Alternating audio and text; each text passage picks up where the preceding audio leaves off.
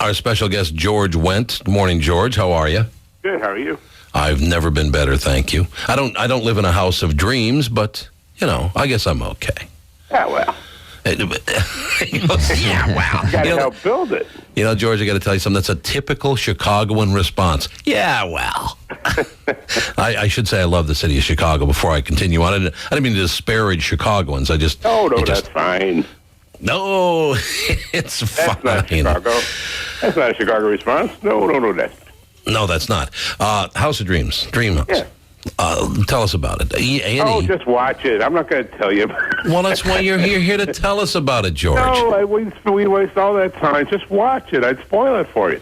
No, okay, well, thanks for being with us, George. Great having you on House of Dreams. Just watch it. That's all you need to know. That's not true at all. It's a cool show.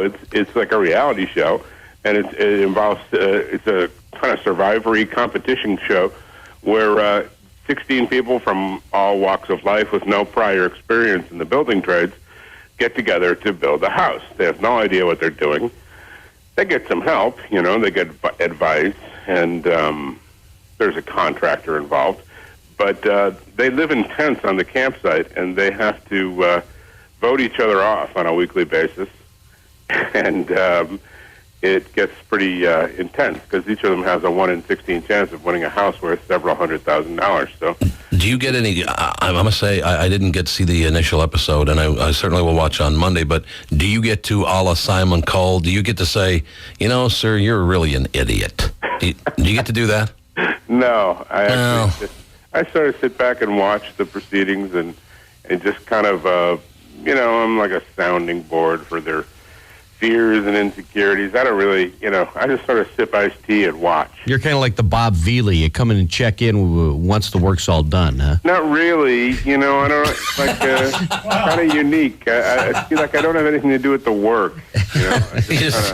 George, what do you do on this show? Yeah, I said, what do you do on this show? You're not involved in any of the work. You don't get involved in any of it. What do you do? I don't know. I think I talk about it on the radio. Okay, well, that's good enough for me. I mean, it's good publicity for the show, so A&Es are a good channel. Do you get to hang out with Bill Curtis and drink? Down the road, I'm hoping. Yeah, because he's big on A&E, and he probably runs the show over there. A very powerful guy at A&E. Yeah, I should think. Now, again, referring to the fact that you were born in Chicago, Illinois. Chicago's a huge union town. Yeah. Be honest with me. Wouldn't you like to just say to one of the carpenters, you really suck at that? No, it never occurred to me. Honestly. Okay. Well, it's just in their own homes. It's like a barn raising. So it's an Amish type of deal. Yeah.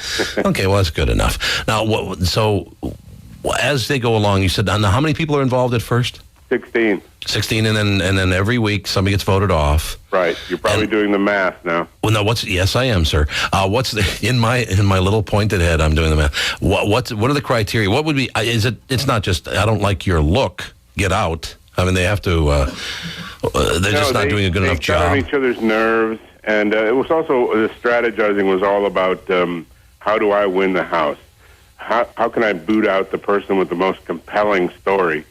Right. It's not competition for me later down the road. I'm looking at your 16 contestants right now, and it looks like you've got just about someone from just about every walk of life, it looks like. A lot of women.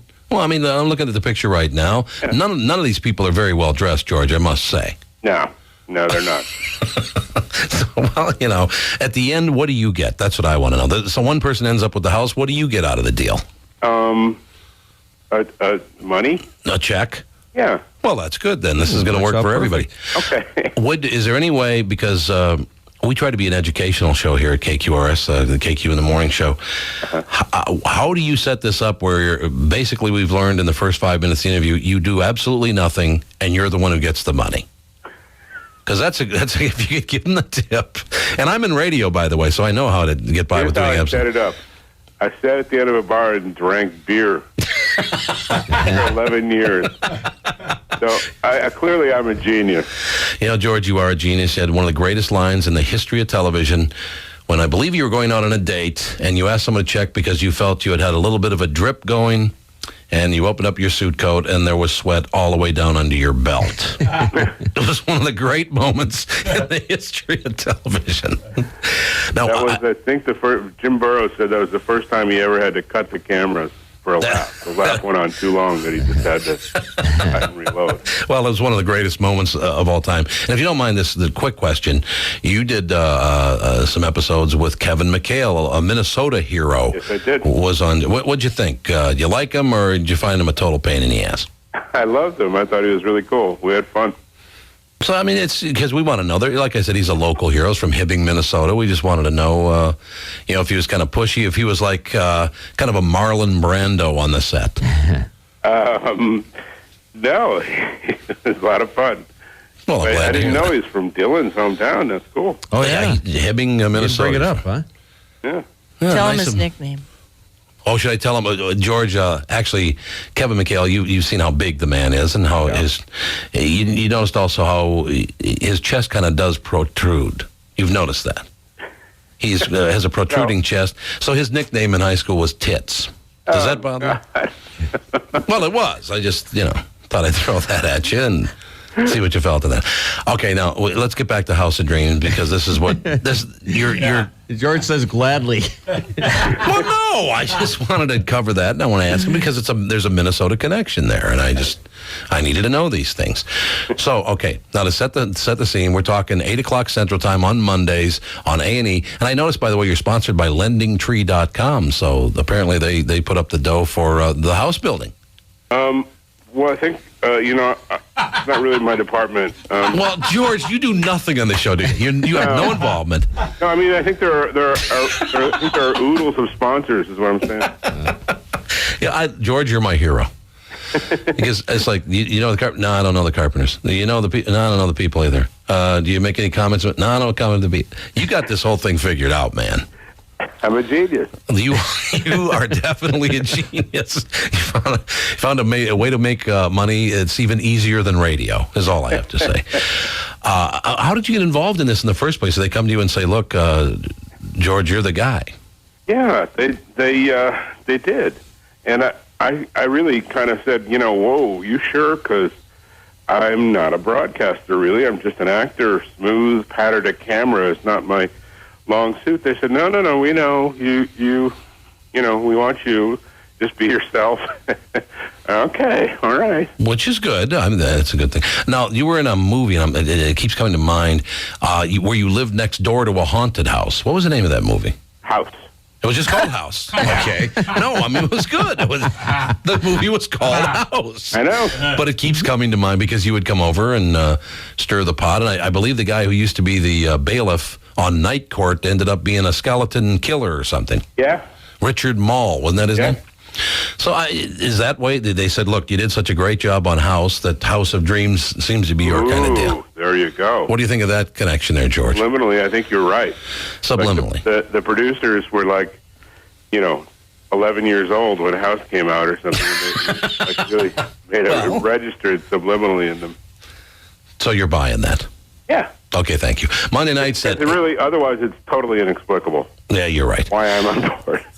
Well, that's where we found out this morning, George, is there's no reason for you to be on the show at all. But it works for me. George Wendt, ladies and gentlemen, the show is called House of Dreams. It's on A&E every Monday at 8 o'clock Central. Please do watch. As George said when he started, the very first minute of the interview, George said, I don't want to talk about it. I just watch it.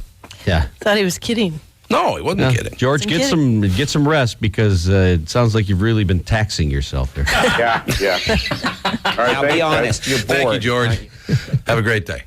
George Wendt, ladies and gentlemen, of course, for 11 years, as he said, on Cheers as Norm. And then he came on the KQ Morning Show and was bored stiff. Hi, I'm remarkably dull. He said he has a dry sense of humor. Yeah. Oh, I like George, Yeah. But it's kind of like, hey, did you have a good time? Yeah. Yeah. Yeah. Did you like Kevin McHale? Yeah. Yeah, I did.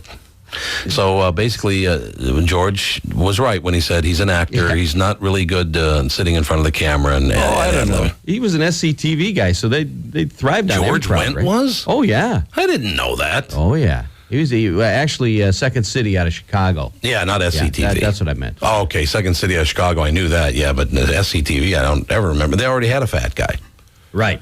Well, Second City in Chicago has, they probably pound for pound have funnier people than any show on TV. I'd have to agree with that. Well, hell, Dudley Riggs does. So Yeah, that's true, too. let's be totally honest.